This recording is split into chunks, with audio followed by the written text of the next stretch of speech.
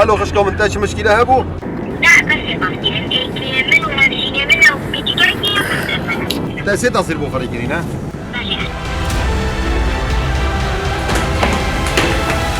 بله نزیکی هیوه که حالات یک هات دفنه مگو خود اسکالاوی 500 دلار دی نفره که از بیجمه ظلام جنکه کتول گلوی جنکه تعوض جارا چاره گوت رقم بو من هاد گوت من از ظلام جنکه ومن رسم بوري كرن بريكون رسمه قافل مذكر زور بيا زورا وان توانين كو اتناف خلقي داد بلاوو اف تومدبارن كو كار خطيري او باربتر اون كو وينين تيچا يان فيديوين تيچا يعني دب دست خوبه ايني تنديف داد قفالي كت بله سيدي انا طبعا متابع الشيء انا شو بس بيقول لك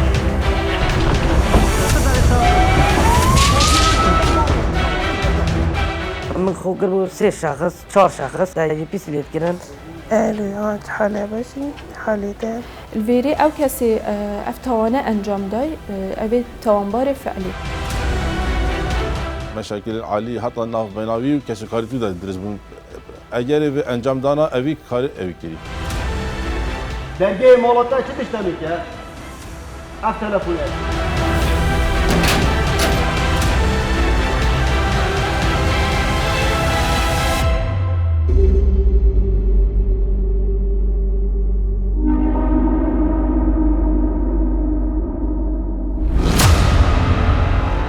شوێن پەنجام جارە باس لە تاوانەکانی سۆشیال میدیا لە هەرێمی کوردستان دەکات بۆ ئەو مەبەستەش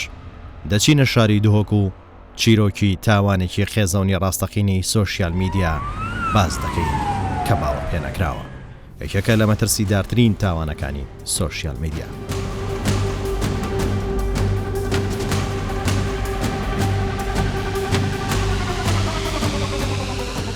ئەو تاوانەش لە ئەنجامی خراپ بەکارهێنانی مۆبایل و تۆڕەکانی کۆمەڵایەتی و سۆشیال میدیا دروست دەبێت.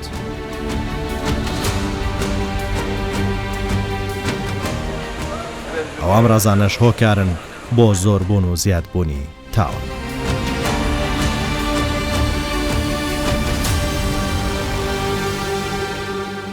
زۆر جار خەڵکانێک کە تۆمەتبارن لە ڕێگەی تۆڕەکانی کۆمەڵایەتی و سۆشیال میدیا بە تایبەت فەیسبوک و تیکتۆک و مۆبایل زیان بە کۆمەڵ و کۆمەڵگە دەگەێن و تاوان دەخڵقێنن.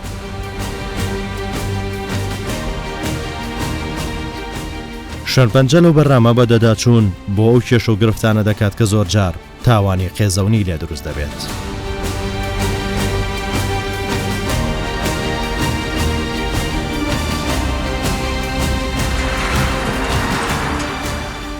لە ئاڵقەی یەکەم کە تایبەت بە تاوانەکانی سۆشیال میدیا باس لە خراپ بەکارهێنانی مۆبایل و سۆشیال میدیا و هەڕەشەی کەسێک دەکەین کە ماڵی چەند کەسی وێران کردووە. شوێنپەنجە بۆ یەکەم جار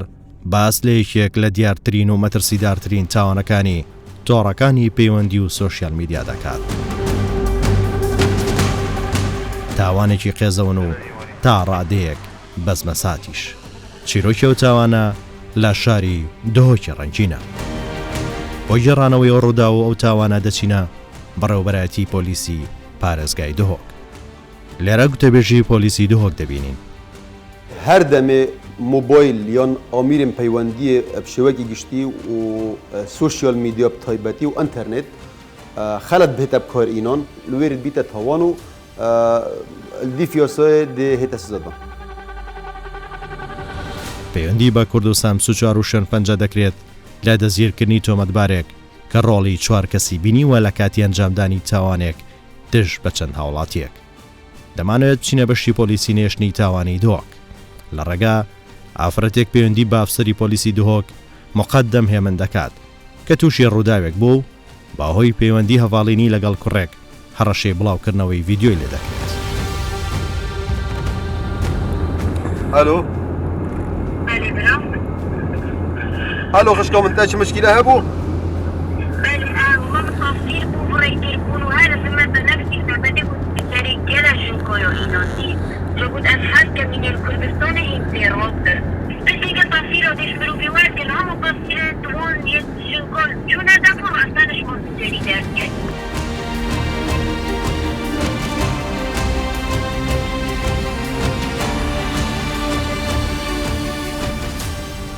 تجلك تصير تخبو فريكينا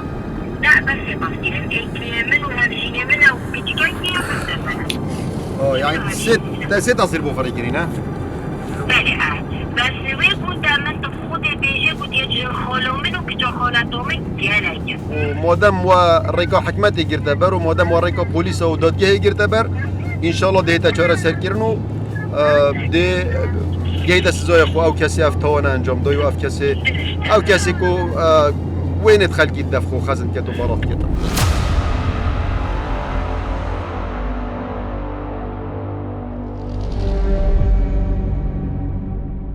ئەم هەڕەشەیەکێکە لەو هەزاران تاوانی تر لەو شێوەیە کە لە کوردستان هەیە و ڕوودەدات زۆر جاریش کچان زیاتر ڕوبەڕووی ئەو هەڕەشانە دەبنەوە.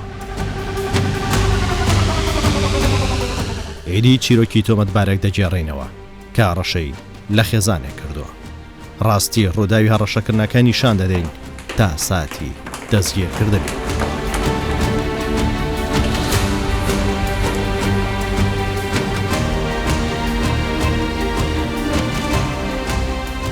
پۆلیسی پارێزگای دهۆک پلانی دەستگیرکردنی تۆمەتبارێک دادەنێت. سەرەتایەکێک لە ئەفسەرە بەرپرسەکانی ئەو ئۆپراسیۆنە کە لە بەشی نێشتنی تاوانە دەبینی.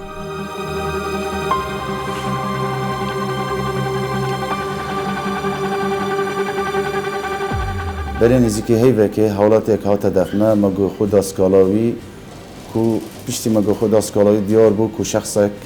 و ئافرەتێک تەلەفۆناویەک کردبوو گوت بوویە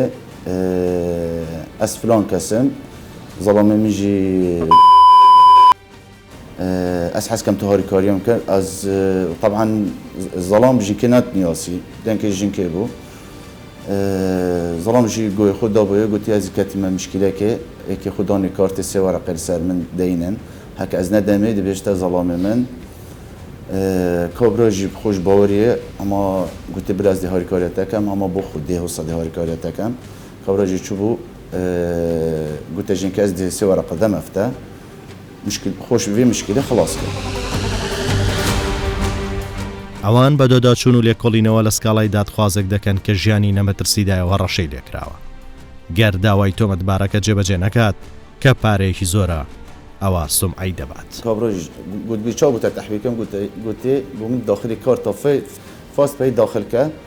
بۆ من کۆدێ وێ کارتی فڕێکە فعلا ئەوژە چوو بووسیکێ کارت داخل کرد بوو حساب داخل $300 تقريبا داخل بيت كارتي كود جي بو فريكر بو المهم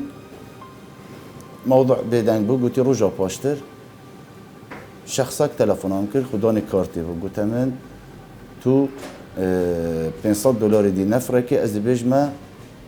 ظلام الجنكي قلت له قلبي جنكي طاوي او جي مجبور بو شو قلت ده هاد كاوين اشيت شو 5 ورقه داخل حسابي كر كود حسابي بو فريكر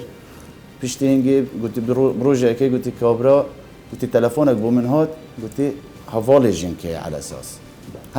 هر مكالمه جيب رقمك شو قلت تو القل حواله من طاوي واجا تو باربو من نفرك از دي بيجمع ظلام جنكي علاقات قلبي جنكي هي ودي مشكله كي بتشيكا جارة شارع قلت رقمك بو من هاد قلت من الظلام جنكي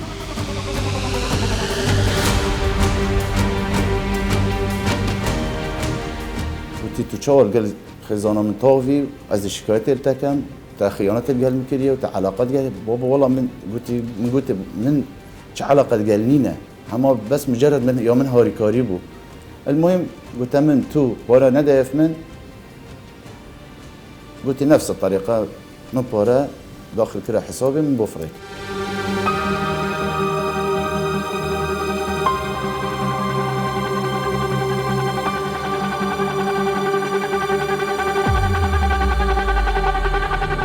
شنيجي مسكالاوي تمار كر وما بشتي بريار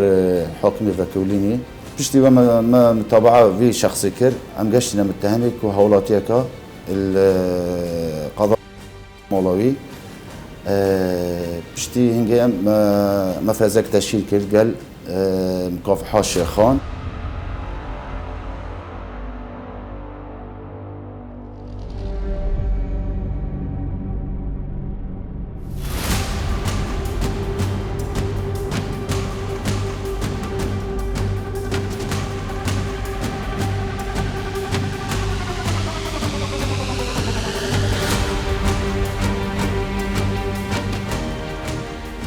يعني زوربه زورا وان توانن كو اتناف خلقي داد بلاوو اف تومدبارن كو كار خوكريه او باربتر اون كو وينين كيچا يان فيديوين كيچا يان نهنيا كيچا كي يان كوراكي لزوربه جاران يعني كش بنا قرباني يان جند بنا قرباني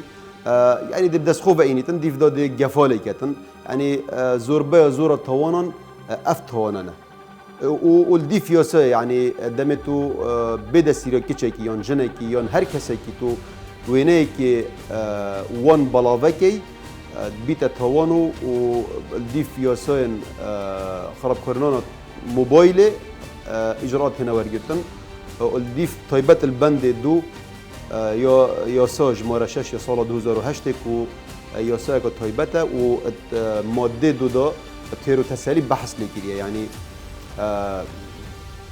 وینه کسکی یا نهنیا کسکی یا گفکی لبکی یا ویدیو کسکی بهت بالا کردن یا تو بحثی يعني طيبت مندين ولاتيه کی بکی حتی اگر راز جیبیتن يعني سزار سر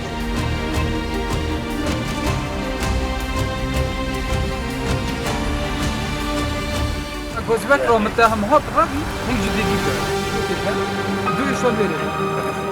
دوای لێکۆڵینەوە لە ڕێگەی تیمەکانیان و بەدەدا چوونیان ئەو تۆمەتبارە دەست نیشان دەکرێت بەڕێگەی خۆیان دەیدۆزنەوە کە ناکرێت ئەو ڕێگەیانە لێکۆڵینەوە باس بکەین و ئاشکرا بن لە کۆتایی بەرنامە ڕای دەگەێنین شیلان کێ لازم نعرف المتهم تبعات ليه جواب الله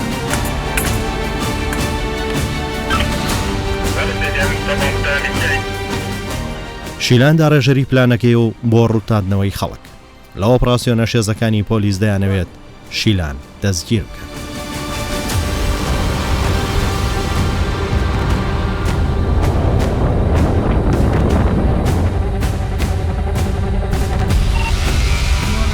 چلوچار مطابعة دورو برا بك جمارة چلوچار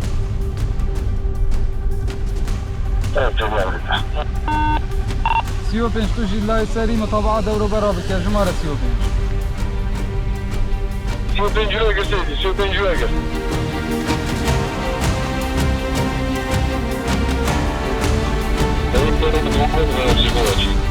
هێزەکانی پۆلیسی دۆک لە نەیشتنی تاوان و پۆلیسی فریاکەوتن چاودێری تۆمەتبارەکە دەکەن بڵاو دەبنەوە و دەیدۆزنەوە و دەستگیری دەکەن دەرچوو شیلان ژن نییە و پیاوە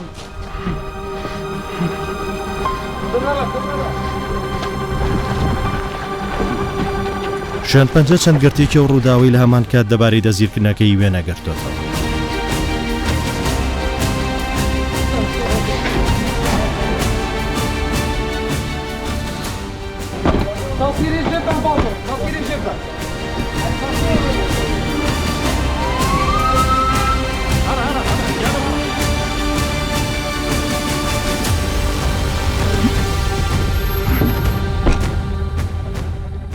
متابعة ومتهمي أمس شاين دست سر كين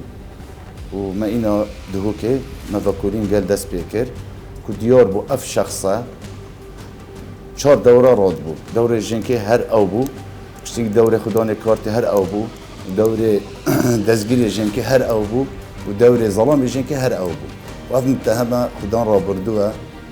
دفمة بلي تقريبا 2 صالة 3 صالة حكم ببو صالة كتشتك هر سلفاين شولا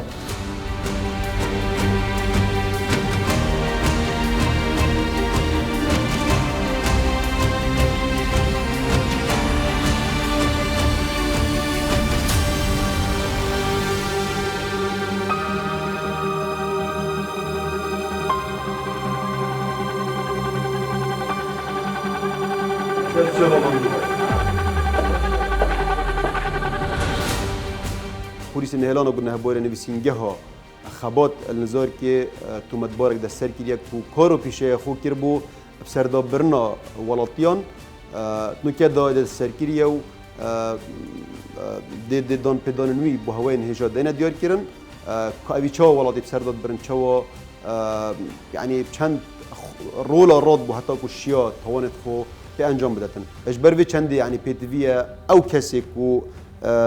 انیت خوبینیتن کو دی کسی که بسردا بتیان دی گفال ولاتیه کی کتن یان کچه کی کتن دەستپێکی بێت بزانیتن و ئەوژی خشکا کەسێکیە دەبێت بزانیت ئەوژی خێزانە کەسێکیە یا دوێژی بێت ئەو بزانیتن و سبایی دهێتە گرتن و دهێتە سزادان و تونترین شێوە دێ هێتە غەڕامەکردن و هێتە زیندانکردن. هەوڵ دەدەین پەیوەندی بە گرتوخانی کاتی دۆ بکەین و تۆمەتبارەکە ببینین. دیمەنێکی سەیر و سەرنجڕاکێشی و تۆمەتبارە تۆمار دەکەین کە بەو ڕەفتارە چەندین کەسی بە ناوی شیلان و کچانەوە هەڵخەڵەتاندووە. بەرپرسی بەشی گرتوخانەی کاتی دۆهۆک دەبینین. دەربارەی ئەوی تاوانباری ئەوێ هات تێگرتن ji لای پۆلیسا بە ڕابوویە فێلبازی کوڕە کچا کiriye تایبەتی کوڕا kiriye dengê xwekî kîçka kiriye û xudan sabiq bûye û wê peşîman li ser evî karî kirî û ew jî bo çend meremet xwe kesayetî rabûye vegitina parey beramberî vî karî kirî û ew kes zorê peşîman bûye û berê peşîmanî eger kete destê yasayê de peşîmanî fayde wî nakitebe û zorê peşîmane û her wasa jî meşakilên alî heta navbenavî û keşkekarîtû de diriz bûn egerê vê encamdana evî karî evî kirî.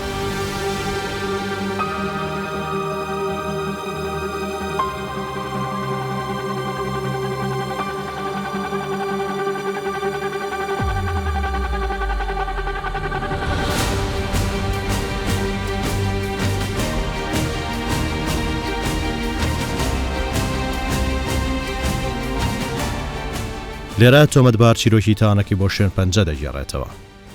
دەستپێک ئێس تەلەفۆنی تاخفتم من تەلەفۆنی وەکی دەنگی کچکات گەل زەڵامە تاخفتم گەل کورکات جەحێلە تاخفتم متەهدی لێتکردن ماوەکی چەندی پشتیم گوتی ئەس دەیندارم بووم کارت فڕێتکردن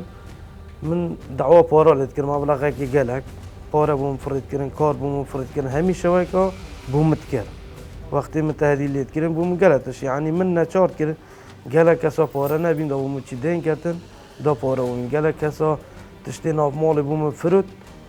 micar beza pare destxwe bînim karta we destxwe bînim mebleğekî gelek jî yani min wan kesat kir mişkilêt ailî jî bû çêtbûn bû navmalê sebaret ez bîm bû min hemî tiş bû min kirin min jev tişte kartîna min gelek alema serdabirî min gelek kesê serdabirî parê bû min firêkirîm kartî bû min firêkirî mebleğekî gelek ez navê Şîlanê ez gel taxiftim min qeneet bû kabrê çêkir ka ev jineke gel tavî navê Şîlanê ez gel taxiftim mavekê teqrîben 3-4 roja pişinê bû min kart firêkirim got ez deyindarim lawî şexsekî navî karwane her ez bîm pişinê min gotî navî karwane min reqema xwe ya dîdavê ez gel taxiftim min gotê Şîlan deyindara min e dîva para bûm firêke got bilazê وتا پارا فرکن بس مشکلی بود شیلانی چه نکرد پیشنی اصلا به شخص گیریش گل آخرتم هر جاسم زمان میشین که اصلا گل آخرتم ایوج ها پارا من گوته که تو پارا نده من دی شکایت تکم طبعا ایوج بوم پارا فرکن کار بوم فرد کردن مبلغی که گلک بوم فرد کرد مبلغی که تقریبا با 18 ورقه باز بوم کارت فرد کرد پیشنی من هر تعدایی لیکره به 10 دیش بوم فرد کرد با 10 ورقه دیش بوم فرد کردن کابرا نچار بو پاره نبین دیندار بو دعوال میکرد شکایت میکرد و از دستگیر کردم من خوکر بو 3 شخص 4 شخص هر از بیم من تهدید لید کردم گفت شکایت تکم من تهدید پیس لید کردن مجبور بو نبی حد کامان بچیتن افتشته بومد بری نوکجی من افشولت کرد نوکجی از دستگیر کردیم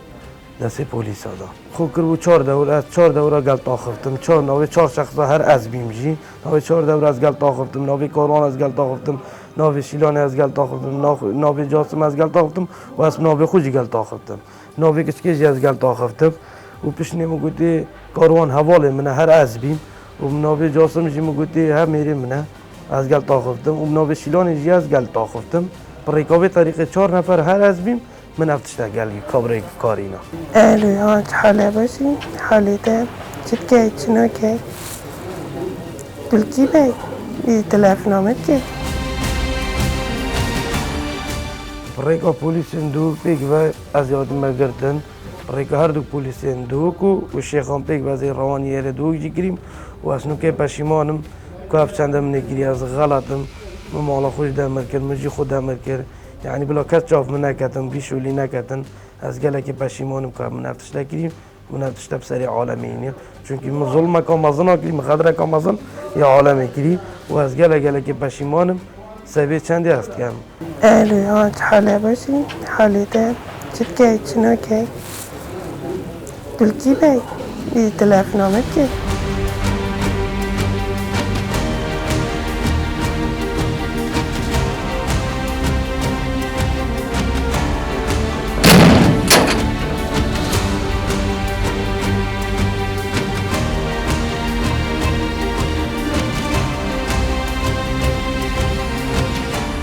پارێزەرێکی ڕاوێژکاریش باس لە سزای یاسایی تاوانی خراپ بەکارهێنانی سۆشیال میدیا دەکات. دیاسای ژمارە 6 یا 2008 دا کو شهرێمە کوردستانی دەرکەفتی ئەف یاسایە خراپ بکارئینانا ئامîrێت پەیوەندیان ku madda duya vê yasayê de behsî hindek tawana hatiye kirin ew jî wekû balavkirina wêneyên kesekî yanîş tehdît kirin û balavkirina hindek exbarên kesayetî ku jiyana kesî ve girê dayibin تو هرشیل بکی بو دست کفتنا مادی یعنیش بجی یعنی خورتی پیوندی دیگل تا گریدتن افجید بیت توان و یاسایده هر واسه سزایک بو دست نشان کردیت همان ماده دا کو اش 6 هیوا کمتر نینه حبس هر واسه اش 5 ساله زیادتر نینه و زائدا کو غرامه جیته ده هيا غرامه اش 1 مليون کمتر نینه هر واسه اش 5 میلیون زیادتر نینه.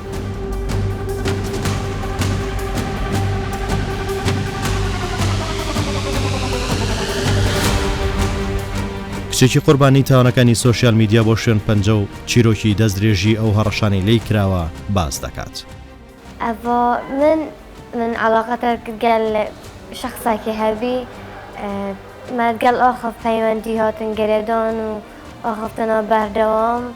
و باری بینان و من رسم بورای کردم.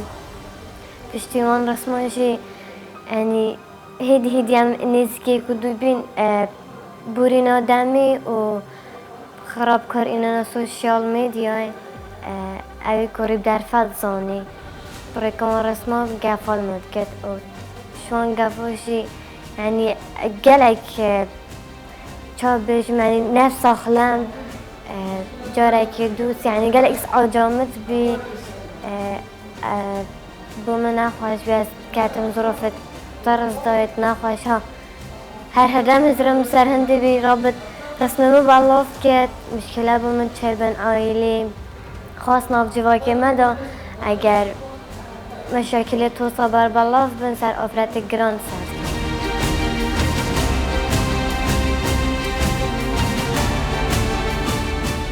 حالت ظرف مشدد دا کو تاوان زیده یعنی سزای وی زیده تر لیت هیدن اگر هاتو تاوانک هاتا انجام دان سر در انجام وی تشتی وی کسی کری انکو سوشیال میدیای دا شتک هاتا بالاف کرن مثلا بو اگر کچک یان جنک بهتا کشتن الویری او کسی افتوانه انجام دای سوشیال میدیای دا دی همان سزا ورگریتن وکی انجام داره فعلی اوی توانبار فعلی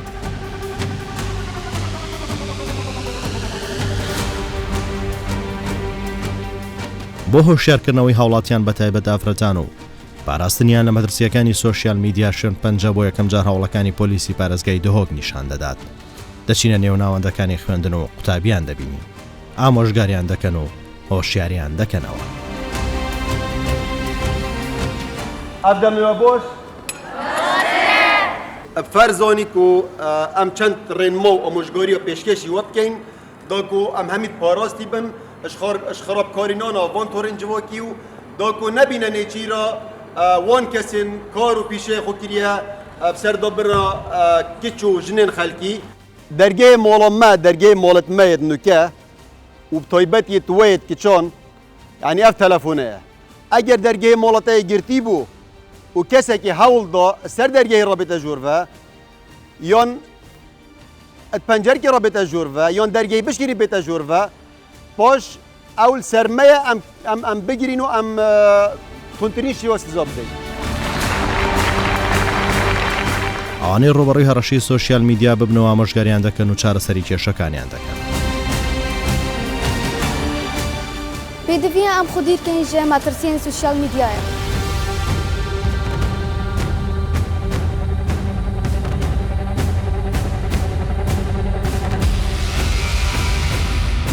پێدەویە دەمێ بکارێنانە سوشیال میدیا و موبایلی ئەم تشیار بی. چا ڕێزل خشکە خۆت گیری وەسە ڕێزێ نوشی بگرە. ئەگەر ئەم خۆ پارێزین دەبینە جێ شانازی بودێک بابەت خۆ ملەتی خۆشی هەروەسە. پێدەویە ئەم تشیار بی. ئەگەر تووشی ئۆریشەکە بووی سوشیال میدیایدا پێدەویە سەرتا لازمە دوی حالەتیدا هەند پەیوەندی بە خێزانên خۆیان پۆلیسی بکدا باریا دایک و بابەت خۆش دەست نەدا. ئەم هیڤیکەن ئەو جەریمەی سوشیال میدیا بوەستێنە. سوشیال میدیای ماترسیان مازن سەر کۆمەڵگان هەیە و پێدەویە خوشوان ماترسیان بپارێزن.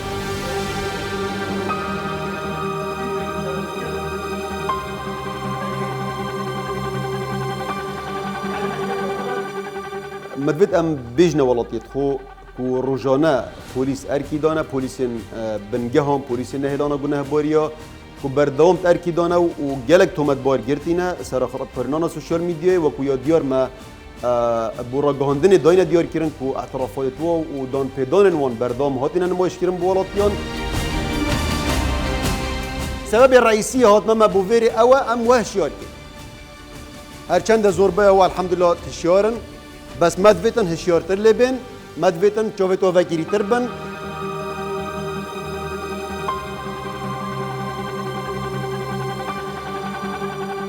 شوێن پەنجە ئامانچی کەمکردنەوەی تاوان و هۆشیارکردنەوەی کۆمەڵگەیە لە توشبوون بە ڕوودا و تاوان و هەڵەکان لە کاتی ئێرا ڕەشە و تاوانێک کە دژمان دەکرێت